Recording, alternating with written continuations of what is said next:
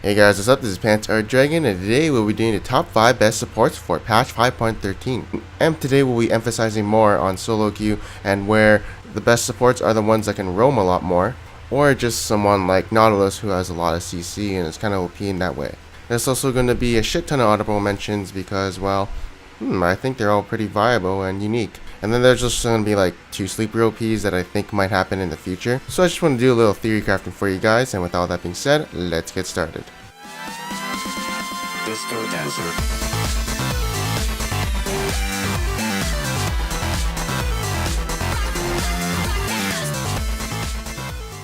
Alright, so number 5 is going to be Blitzcrank.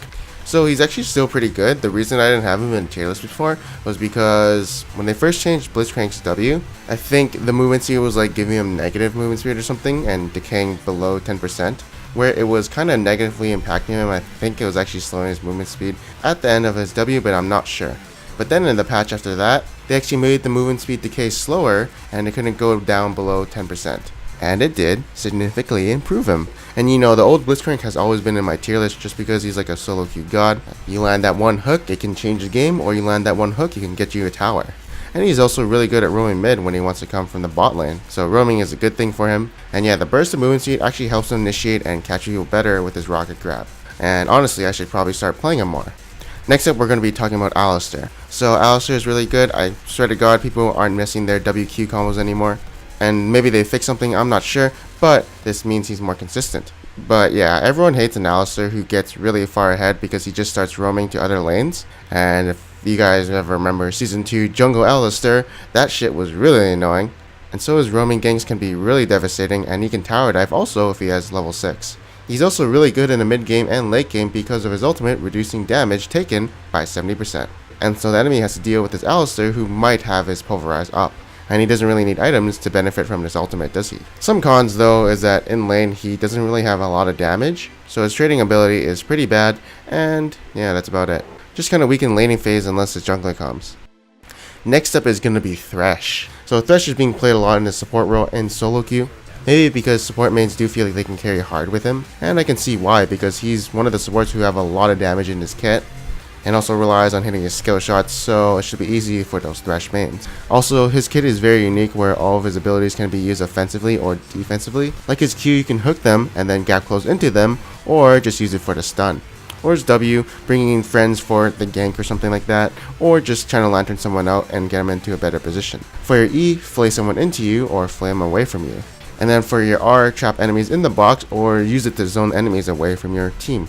And yeah, he's just got everything, but one of the cons of him is that, well, I feel like there's supports who scale better into the late game and mid game. For instance, Nautilus. So we got a nerf in this patch where they reduced the damage of his E from 220 to 200. I don't think it hurts him in the support lane as much because he's more utility, but maybe in the top lane it does. And I mean, he just has all of his CC, he scales really well into the late game.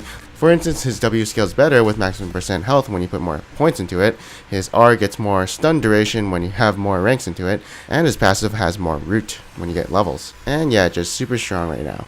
And at number 1 is still going to be Janna. Why do I think she's here? Well, she has an insane late game with that ultimate peeling and healing her whole team. Oh, and also it's actually pretty good early and mid game, but it's just super hard to deal with in that late game too. Especially for her AD carry super fed and you're trying to get to her, but it's like impossible when they have a Janna. And her roam ganks aren't too bad either because her W, has that slow and she has a tornado. And if things go wrong, she can always knock back the enemies away and disengage from there. She also has great mobility coming from her W, so warding and roaming isn't a problem. And yeah, her kit is just really forgiving, so she can make mistakes and get out of them easily. Also, with the coin beam buff like a while ago, this means she gets more mobility and a bit of initiation power. But yeah, if I were a support main and I want to get free low, I'd probably play Janna. Next up, we're going to be doing honorable mentions, and first up is going to be Leona. Alright, so Leona used to be my main in Season 4, and I played her every time I was stuck with the support role, but I'm a bit rusty, and my boy Gaming Curiosity can help refresh my memory on why she's pretty decent since he does main Leona. What's up guys, it's me Jeremy, aka Gaming Curios, and my good man Pants is letting me go over why Leona, my favorite champion, is good right now.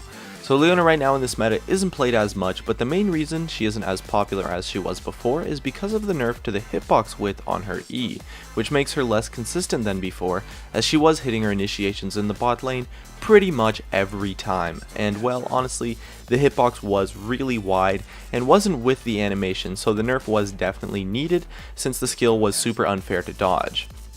Even then, it's still a pretty small nerf, as there's loads of other ways to find initiations on her, mainly through her ultimate or by finding a way to walk up or flash in and land a Q.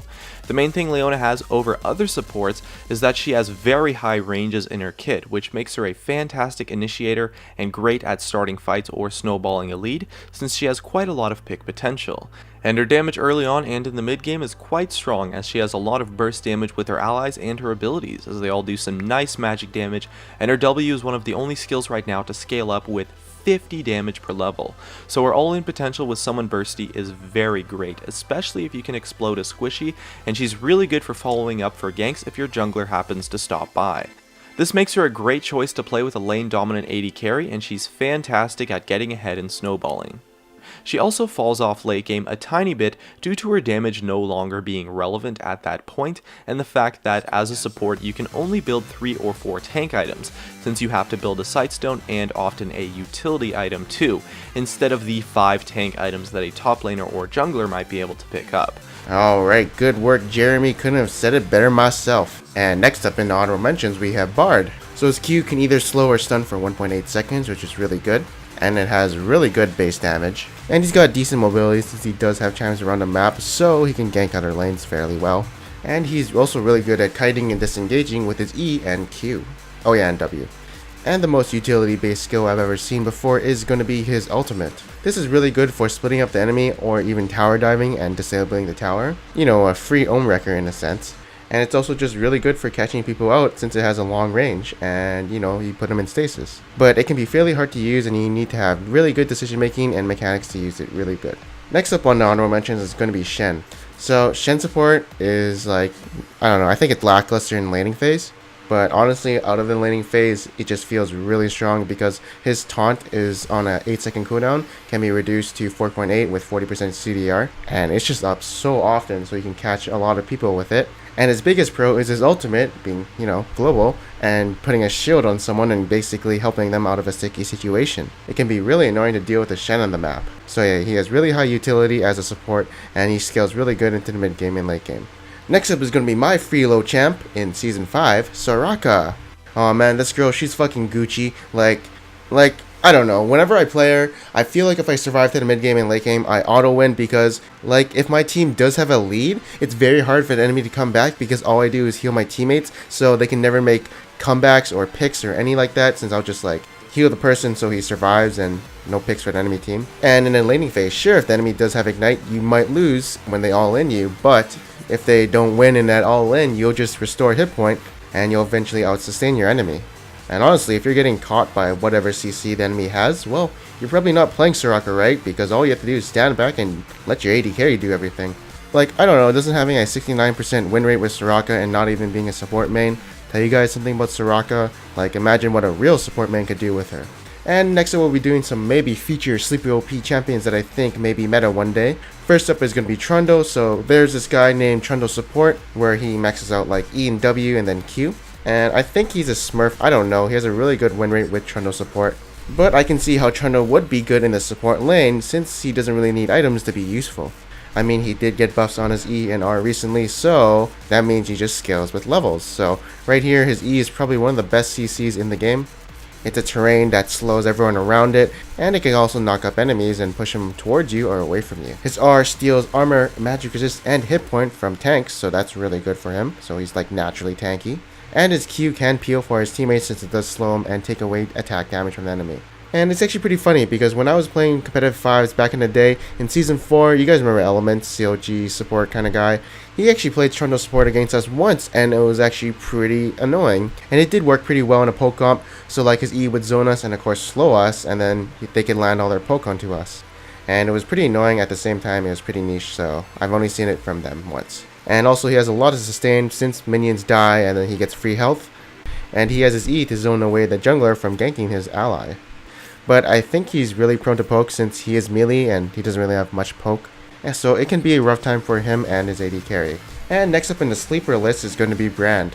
Well, with Rylai's and Leandre's being buffed, he may look like some kind of pretty good support for you. The only problem is, of course, he is playing the support role, so it's going to be a while till he can get those items. So he may be more of a mid, but I honestly just can't see it since, I don't know, he doesn't really have the greatest AP ratios. He's definitely a much more better support in my opinion. And yeah, I've seen him sometimes being played in a support before.